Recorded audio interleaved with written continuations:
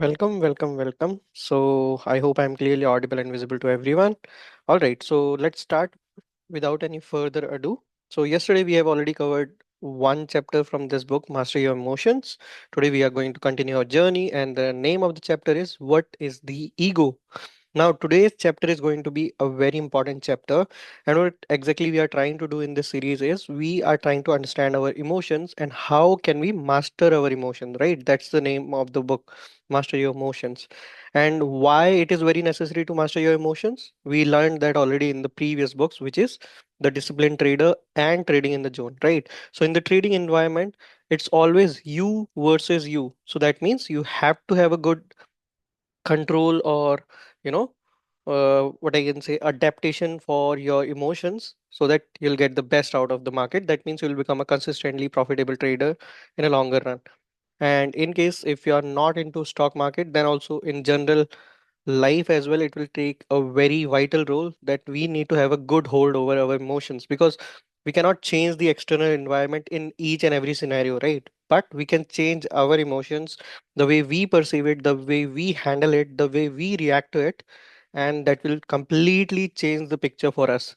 So that's the aim of this book. So let's just begin. All right, so today's topic is what is the ego. Now, as the name suggests, this is very relatable topic, right? Ego, to some extent, for some of you it may be less, for some of you the extent will be more, but ego is always there inside of us, right? Now today we will understand what is the ego, and in the upcoming parts we'll understand how can we cater it and how can we make it work in favor of us. All right, now what is the ego? Your survival mechanism is not the only factor affecting your emotions. Your ego also plays a major role in shaping the way you feel. Thus, to gain more control over your emotions, it is fundamental you understand that you understand what your ego is and how it works, right? So as I said, for everyone ego will be there, but the extent will be different. Like for one person the extent will be less, for other person the extent will be more, and the reasons can also be different, like the triggering reasons can be different, but yeah, it is there in some amount or in more amount, varying from person to person. All right, now let's clarify what we mean by ego. We often say of someone he has a big ego, referring to the ego as something close to pride. While pride is certainly a manifestation of ego, that's only one part of it. You may show no pride and appear humble while still being controlled by your ego, right? So what is the ego? The ego refers to the self identity you have constructed throughout your life. All right, now how is this identity created? Put simply, the ego was created through your thoughts, and as a mind created identity has no concrete reality. Okay, so the ego is nothing but the way you perceive yourself. It is the self identity you have constructed throughout your life, and now it became a part of you in one way or another. And yeah, you don't like, changes are always tricky, right? We don't want to change something until unless the calling is from within, right? From the external pressure, if we want to change anything, there will always be resistance, right? Even if when we are trying to change something about ourselves, there will be resistance, but we know the reason why we are working on it, so we will sail through it, right? Now that's why here the ego comes. The ego refers to nothing but the self identity you have constructed throughout your life. Now, events that happen to you bear no meaning in themselves, right? You give them meaning only through your interpretation of those events. Additionally, you accept things about yourself because people told you to do so. Very important. Now in the present scenario, we always are very conscious what the people will think about us, but that's not the point, right? It's our life. We should live the way we want. We should do the things the way we want. Obviously it needs to be legal, right? So well within the laws, abide by the laws. We can do anything, right? What's more, you identify with your name, your age, your religion, your political belief, or your occupation in a similar way. This attachment has consequences. As we'll see later in this book, attachment creates belief, and these beliefs lead you to experience certain emotions. For instance, you may become offended when people criticize your religion or attack your political principle. Now, this is very relatable in current scenario in my country, basically in India. It is very, very relatable. I'll not dig dive. Like I'll not dig very deep into it, but yeah, it is very relatable, the religion thing, right? This attachment has consequences, as we'll see later in this book. Attachment creates belief, and these beliefs lead you to experience certain emotions. For instance, you may become offended when people criticize your religion or attack your political principles. Note that throughout this book, we'll refer to the ego as your story, on your or your identity, using these words interchangeably.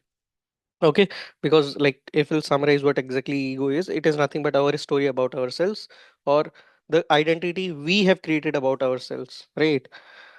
Throughout our life. Are you aware of your ego? A very important question. Do you know what exactly is your ego? How do you identify yourself? Your understanding of the ego, the way your ego works, depend on your level of self-awareness.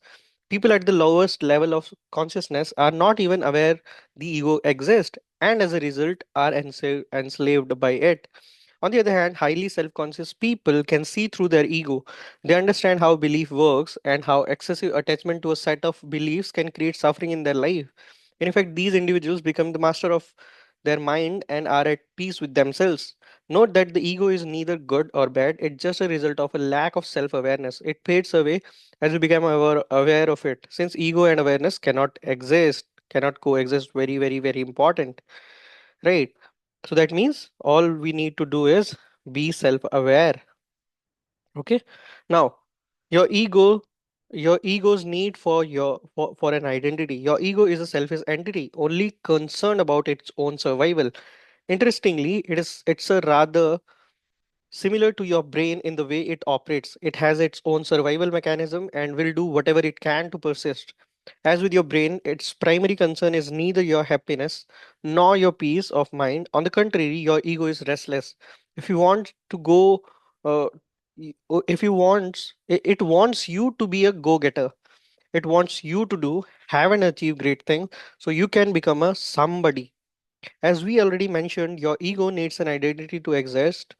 The way it does that is through identification with things, people, or beliefs and ideas. Now let's look at some of the things your ego identifies with to strengthen its identity. Physical items. The ego likes to identify with physical things. Nowadays, it is again very common thing. We want to show ourselves with some materialistic things. Okay, for an example, let's say person X owns this company's car. That means we'll judge him directly. Okay, this is a good company. This car is, very costly in nature, and that's why this person is having more value, right? That's the general perception, or maybe we perceive it in other ways. That's why we become conscious the way, like it can also return to us, right? That's what I hope it is making sense to you. Now, the ego likes to identify with physical things. Needless to say, it thrives in today's world. Perhaps we can say capitalism and the consumer society we are living in today is a creation of collective egos, which is why it has been the dominant economic model in the recent decades. Marketers perfectly understand people's need to identify with things. They know people don't just buy a product, they also buy the emotion or a story attached to the product. Often you buy certain clothes or a particular car because you want to tell a story about yourself. The iPhone boom. Nowadays, this iPhone boom is the example of this very thing, right? For instance, you may want to enhance your status, look cool, or express your unique personality and choose the products you most closely associated with these ideals. Now, this is how the ego works. It uses things to create a story you can identify with. It doesn't mean things are wrong per se. It's a negative issue only when you become overly attached to things, believing they can fulfill you, which they can't. Okay. So in the last chapter, we understood about the hedonic adaptation, right? So that's what we are trying to understand, or like we can relate to it. What is hedonic adaptation? Like, let's say you are craving for a particular thing. Let's say you want to own a car. Okay, let's say Rolls Royce. Okay, let's go for the best one, or Bugatti Veyron, whatever the best freaking car according to you. Okay, now let's say you acquired it, like you bought it. Now, for a few days, you'll feel the excitement. You'll feel like, okay, I did something. You'll feel good about it. You'll like to drive it as well. But after some time, you'll feel like, okay, it is not as exciting as it used to be earlier. Now, why this is happening with you, or why it had happened to you? That is because now you got the hedonic adaptation. That means the thing that was very exciting to you earlier, now it is not exciting to you anymore. That's known as hedonic adaptation, right? So that's what we are trying to say over here as well. Like, we think that if we'll buy or if we'll acquire a particular thing, it will fulfill our desire, which eventually it does to a smaller extent, but they are not fulfilling for a longer term of, let's say, not for a very long term. Okay. Now you'll try to get to other things, and this vicious loop will go on and on and on. All right. Now, your body, most people derive their self worth from their physical appearance. Guilty. Your ego loves the way you look because it is easiest thing to recognize and quantify. When you strongly associate with your physical appearance, you tend to identify more easily with physical and emotional pain. Okay, very important. Believe it or not, you can observe your body without identifying with it. All right, all right. We'll understand more about it in the upcoming chapters and in the upcoming writings. But yeah, this is one way of taking it. All right, now moving ahead, friends, acquaintances. The ego also derives its sense of identity from your relationship with others, right? Nowadays, like people are crazy getting a picture with some big celebrity or like a big name in any field. What they'll do, they will cry, they will, literally shout to get one picture with that person, and then they will post it, because what they want is some kind of association, or like at least they want to show that yes, there exists some relationship between me and the big guy or like big celebrity or whatever, right? To justify their ego, right?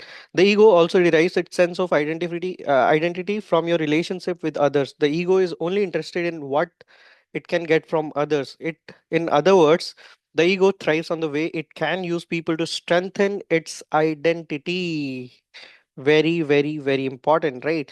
When you're in a moment, you're trying to get picture with the person which you think is very, let's say, big in his own field. Now, while you're getting picture with this guy, it's never about the guy with whom you are clicking your picture with, or like the person. It can be female also, okay? I'm not being gender specific, but yeah, that's the whole point over here. What I'm trying to convey is, let's say you want to get picture with this person who you think is very famous. Now your ego wants to associate or like have some relationship with that person, so that it can strengthen its own identity. It was never about the other guy, it is never about the person, it is always about the ego, and how it want to strengthen its identity. If you are honest with yourself, you'll realize most of the things you do are attempts to obtain the approval of others. Think about it, give it a thought, and you'll realize how true it is. Okay, great. Especially nowadays, like social media is a prime example of it. You want your parents to be proud of you, your boss to respect you. Okay, I just a small disclaimer in between, I'm not saying any of this is wrong, it just we are trying to understand it more, so that we'll get the best out of it and we'll make it work in favor of us. Okay, again, if you're doing it, no harm in that, but you need to know how you can get best out of it without getting the emotional pain or any other trouble or something. Okay, you want your parents to be proud of you, your boss to respect you, and your wife to love you. Now let's see in more detail how the ego works in the following cases. Parents child relationship. Some parents egos lead to the creation of a strong sense of attachment and identification with their children. This is based on the false belief that children are their possessions. Okay. As a result, they try to control their children's lives and use them to live the life they wanted to live when they were younger. This is called living vicariously through your children. You see this all the time. Next time you watch a junior soccer or basketball game, watch the parents on the touchline to see how some react. Try spotting the parents living vicariously. Am I pronouncing it correct? Okay, basically, what the author is trying to say is with very strong emotions or with some strong expectation around it, something like that. Okay, vicariously. Okay, I'll pronounce it vicariously. I'll check it later on, or shall I do it right away? I think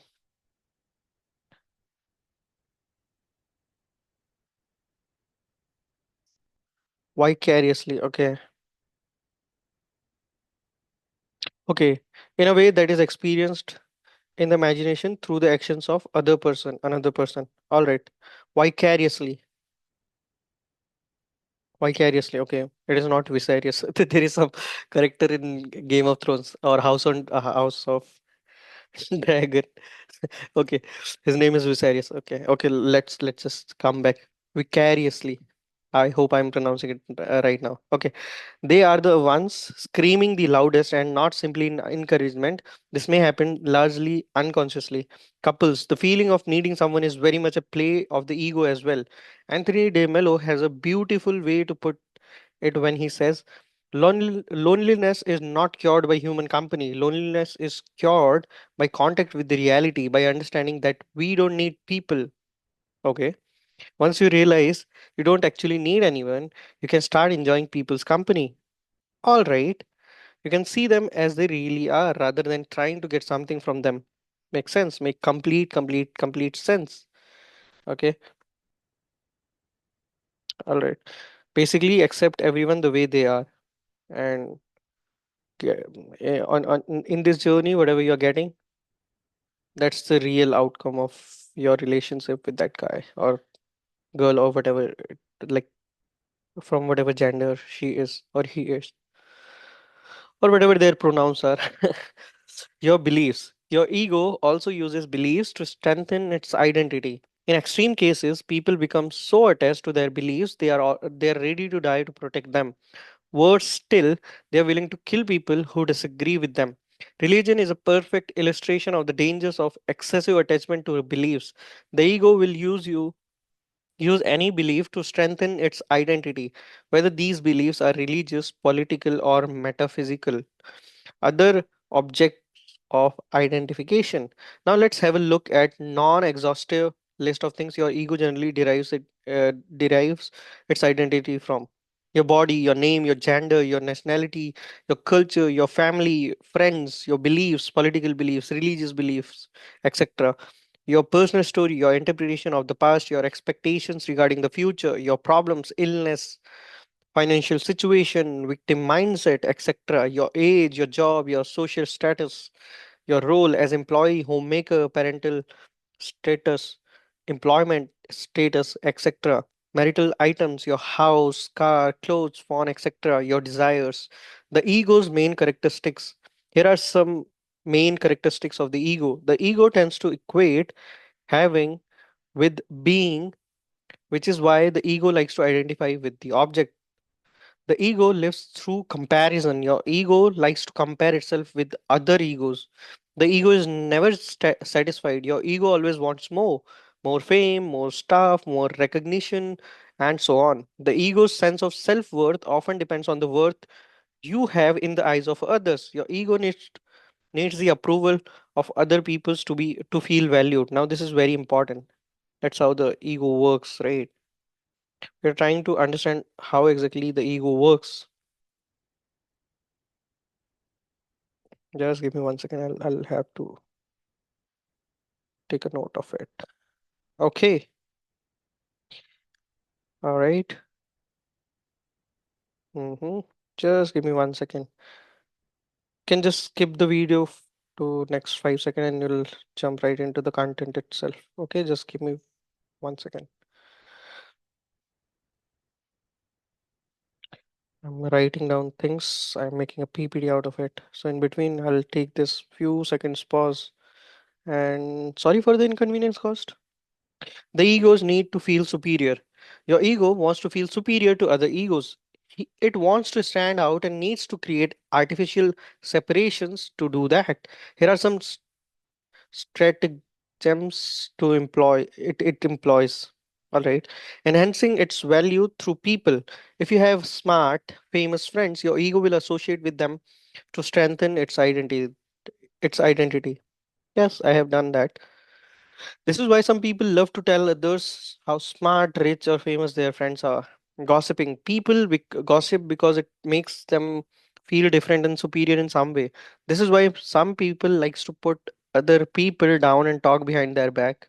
It makes them and everybody else in their gossiping group feel superior. Okay. I'm no saint. I have done all these things, right? But yeah, now I am trying to change it, and this is the one step to do the same. Manifesting an inferiority complex. This hides a desire to be better than others. Yes, even in this case, people want to feel superior. Manifesting a superiority complex. This hides the fear of not being good enough. Okay. Looking for fame. This offers the illusion of superiority, which is why people often dreams of becoming famous. Being right. The ego loves to be right. It is a great way for it to affirm its existence. Have you noticed that everybody from Adolf Hitler to Nelson Mandela believe they are doing the right things? Most people think they are correct. But can everybody be right? Complaining, when people complain, by definition, they believe they are right and others are wrong. It works with objects as well. Have you ever bumped into a table and complained or even insulted it? Yes, I did. I have, and the darn table was wrong to be in the way, wasn't it? Right. Seeking attention. The ego likes to stand out. It loves recognition, praise, or admiration. To seek attention, people may also commit crimes, wear eccentric clothes, or have tattoos all over their bodies. Your ego's impact on your emotion. Understanding the way your ego works can help you better control your emotions. To do this, you must first realize your current story is the result of a strong identification with people, things, or ideas. This strong identification is the foot of many of the negative emotions you experience in your life. Right. Now, for instance, when life doesn't unfold according to your personal story, you got upset. Or when someone challenges one of your beliefs, you become defensive. Now, even though now I'm trying to changing, like I'm trying to change it, but the thing is, instinctively, my defense mechanism kicks in. Like whenever someone is trying to challenge me with one of my beliefs, I know like there is no reason I should correct that person or like do the like correction or make him think the way I am thinking. It has like if it does not hold any importance, so I should just simply ignore it, right? But sometimes instinctively you try to correct the other person and make them think in the way you want to think a particular scenario. In short, most of your emotions are based on your personal story and the way you perceive the world. As you replace your current story with a more empowering one, while at the same time letting go of your excessive attachment to things, people, or ideas, you'll be able to experience more positive emotions. Okay, all right. As you replace your, all right, I'll take a note of it because this is very important. Okay, from here onwards, I have to write down. You'll, okay. You'll be able to experience more positive emotions, and that's the goal, right? Later in this book, we'll see how you can change the way you interpret events. All right.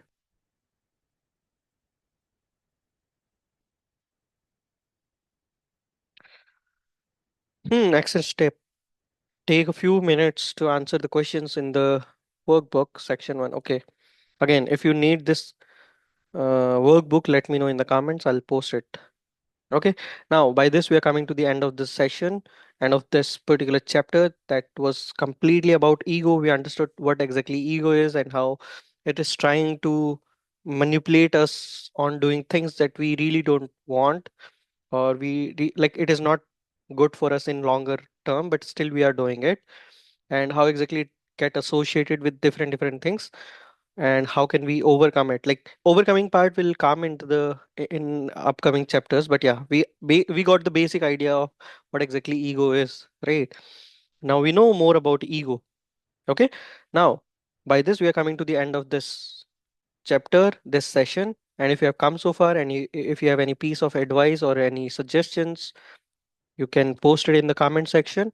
And also, if there is anything that you want me to work on, or if there is anything that you want me to make content around, any suggestions or any topics, again, you can post it in the comment section as well. All right. So, thank you so much. Please take care of yourself and we'll meet next time. Till then, yes, thank you so much, universe. Thank you so much, Radharanji. Peace out.